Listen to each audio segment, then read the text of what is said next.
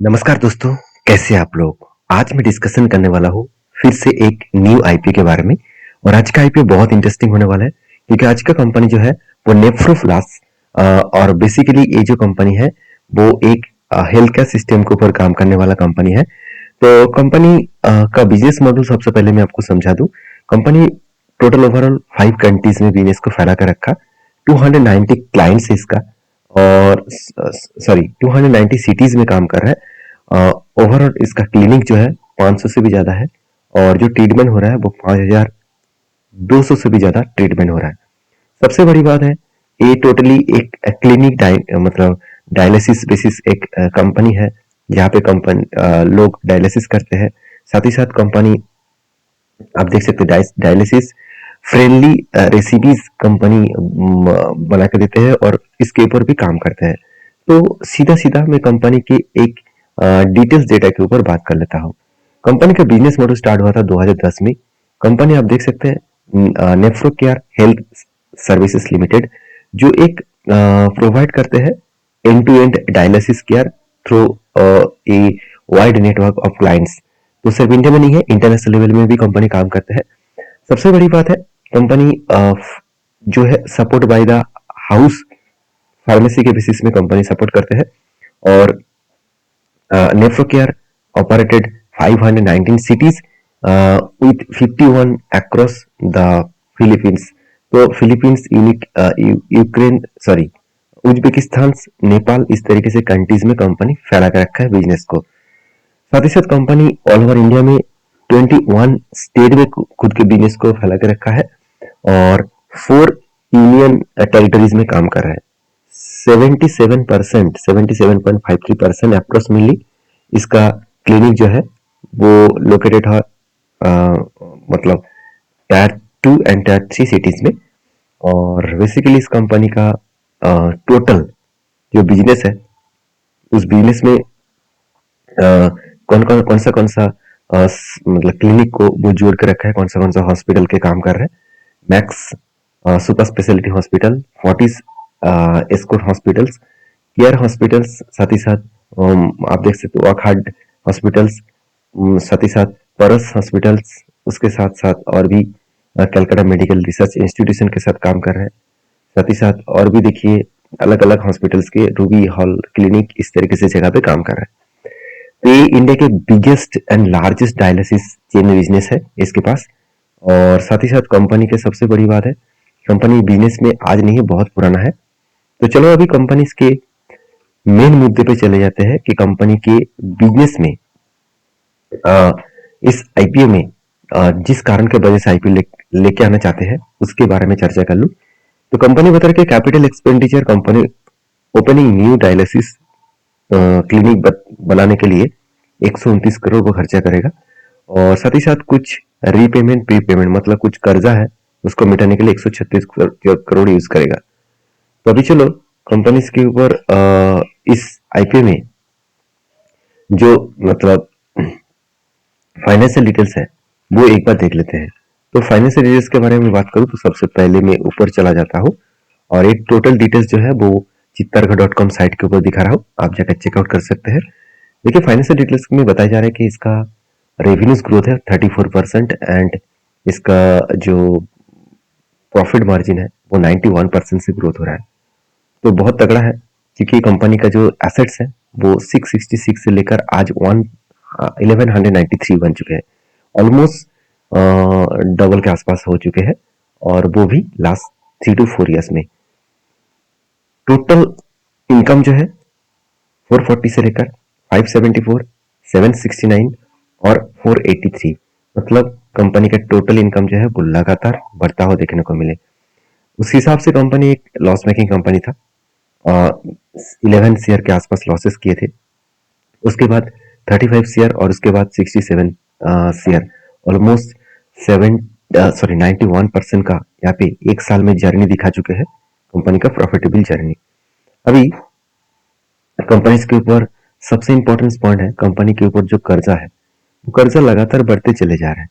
196 share था, अभी वो बढ़ के हो चुके हैं 225 शेयर। इसीलिए कंपनी कर्जे मिटाने के लिए फंडिंग उठा रहा है, मैं पहले ही बता चुका हूँ। कंपनी का आरओसी या आरओई दोनों ही एक एवरेज लेवल के आसपास है, चलो ठीक ठाक ही है। पेट मार्जिन थोड़ा सा कम है, 8 साढ़े 8% के आसपास देखने को मिला, मगर ईबिटा मार्जिन बहुत स्ट्रांग है। तो ये भी एक स्ट्रेंथ दिखाता है कंपनी के। अभी देखिए कंपनी का अर्निंग पर शेयर ₹7 के आसपास है और पी रेशियो 63, तो मुझे वैल्यूएशन बहुत ज्यादा लगा। और अभी प्रोमोटर के होल्डिंग है 78% और होल्डिंग बेचने के बाद प्रोमोटर के पास रह जाएगा 71%। तो मैं एक बार कंपेयर करके देखा देता हूँ कि इस फील्ड में और कौन सा कंपनी है जो इसके साथ टक्कर ले रहा है। तो इस फील्ड में अगर मैं देखूं तो बहुत सारे प्लेयर्स मिलेगा।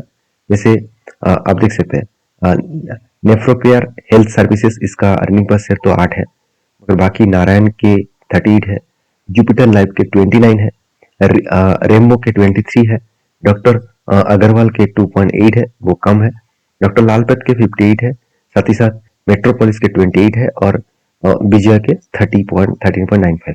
ओवरऑल बात करूँ तो कंपनी की खुद की अर्निंग पर शेयर बहुत कम है मेरे हिसाब से, कंपैरिजन टू बाकी कंपनीज तो बहुत कम है। मैं कंपैरिजन इसलिए कर रहा हूँ, चलो एक बार मैं आपको कैलकुलेट करके भी दिखा देता हूँ एवरेज कितना निकल कर है। चलो मैं एक बार सारे चीजों को जोड़कर देख लेता हूँ कि कितना एवरेज निकल कर रहा है, तो मैं आपको समझा पाऊंगा कि टोटल एवरेज कितना है। तो उसके साथ साथ आपको भी पता चलेगा कि कंपनी अभी किस फिगर आउट में है। तो इसको मैं डिवाइड करता हूँ कितना, तीन तीन छः सॉरी तीन कंपनी है, तीन तीन छः 7 कंपनी, डिवाइड बाई 7 कर देता हूँ, डिवाइड 7, तो ओवरऑल 27 निकल कर रहा है। तो सोचिए टोटल ओवरऑल सारे कंपनीज का एवरेज अर्निंग पर शेयर 27 है और कंपनी का अर्निंग पर शेयर 8 है, तो यहाँ पे मुझे कम दिखा। और बाकी इसका जो पी रेशियो है वो पी रेशियो भी मुझे ज्यादा देखने को मिला। आप देखेंगे तो इसको भी मैं अगर एवरेज करके आपको दिखा दूं तो आपको देखने को मिल जाएगा 52 और 69 प्लस 73, और ओवरऑल सारे कंपनीज के साथ में 7 से डिवाइड करूंगा तो 75 निकल कर रहा है। जहाँ पे आप इस कंपनी के खुद के अगर मैं पी रेशियो एक बार चेकआउट कर लूँ तो आप देखेंगे इसका पी रेशियो कितना दिखा रहा था, 63। तो ओवरऑल खुद के इंडस्ट्रीज पी रेशियो के एवरेज से कम है, अच्छी बात है, मगर फिर भी 63 पी रेशियो बहुत ज्यादा मुझे लगा। और वैल्यूएशन लिस्टिंग होने के बाद इसका पी रेशियो 162 हो जाएगा, बहुत ज्यादा हाई वैल्यूएशन हो जाएगा। तो सारे पॉइंट ऑफ बेसिस में मैं बात करूँ तो कंपनी का परफॉर्मेंस तो अच्छा लगे, अ, उतना भी स्ट्रांग नहीं है, फिर भी पॉजिटिव है। और इस कंपनी ने टोटल जो ऑफर किया गया रिटेल पब्लिक को एक लॉट के हिसाब से 32 क्वांटिटीज 14,720 के आसपास इसका ऑफर किया गया। बाकी रिटेल मैक्सिमम 13 लॉट तक इस कंपनी के ऊपर काम कर सकते हैं, 1,91,000 के आसपास। तो कंपनी के ऊपर आईपीओ में डेट कौन सा रखा गया है, 10 तारीख से स्टार्ट होगा, 15 तारीख इसका लास्ट डेट है, और सॉरी 12 तारीख इसका लास्ट डेट है, और आपको आईपीओ में लिस्टिंग देखने को मिलेगा 17 तारीख को। इसके बीच में आपको पता चल जाएगा कि आपको आईपीओ मिला कि नहीं मिला। इस आईपीओ का टोटल दो के फेस वैल्यू के हिसाब से 438 से लेकर 460 के आसपास इसका प्राइस रखा गया है, तो प्लीज प्राइस के अंदर आपको बीट करना होगा। अभी सबसे बड़ी बात है, इस आईपीओ में जितना पैसा आ रहा है, कितना पैसा टोटल इश्यू कर रहा है 871 सीआर, तो उसमें से फ्रेश इशू है 353 सीआर और ऑफर फॉर सेल है 517 सीआर। इसका मतलब ज्यादा से ज्यादा पैसा वो बिजनेस के ऊपर इन्वेस्ट नहीं कर रहा है, ज्यादा से ज्यादा पैसा प्रोमोटर के जेब में जा रहा है। तो इस जगह पे मुझे लग रहा है कि कंपनी में जो स्टेबिलिटी ग्रोथ है वो बढ़ाने का मतलब स्टेबिलिटी को और बढ़ाने के लिए कंपनी का फंडिंग बिजनेस के ऊपर इन्वेस्टमेंट करना चाहिए था, मगर कंपनी ने ज्यादा पैसा जेब भरने के लिए यूज करेगा, ये मुझे वीकनेस लगा। बाकी आपकी क्या राय है जरूर कमेंट्स करना। अभी चलो लास्ट पॉइंट में आपको दिखा देता हूँ कंपनी का ग्रे मार्केट प्रीमियम। थोड़ा सा वेबसाइट में यहाँ पे लोडिंग हो रहा है, कोई बात नहीं, सिक्योरिटी रीजन के लिए इस तरीके से लोडिंग होते हैं। तो अभी ग्रे मार्केट प्रीमियम जो इस कंपनी को देखने को मिला, अभी कुछ भी ग्रे मार्केट प्रीमियम नहीं है।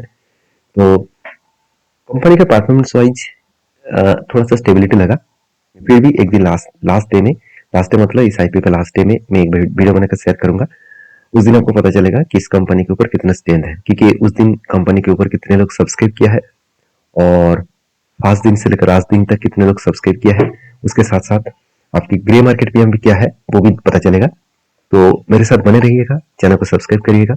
तो ये टोटल एजुकेशन पर्पस में वीडियो था, यहाँ पे कोई भी रिकमेंडेशन नहीं है।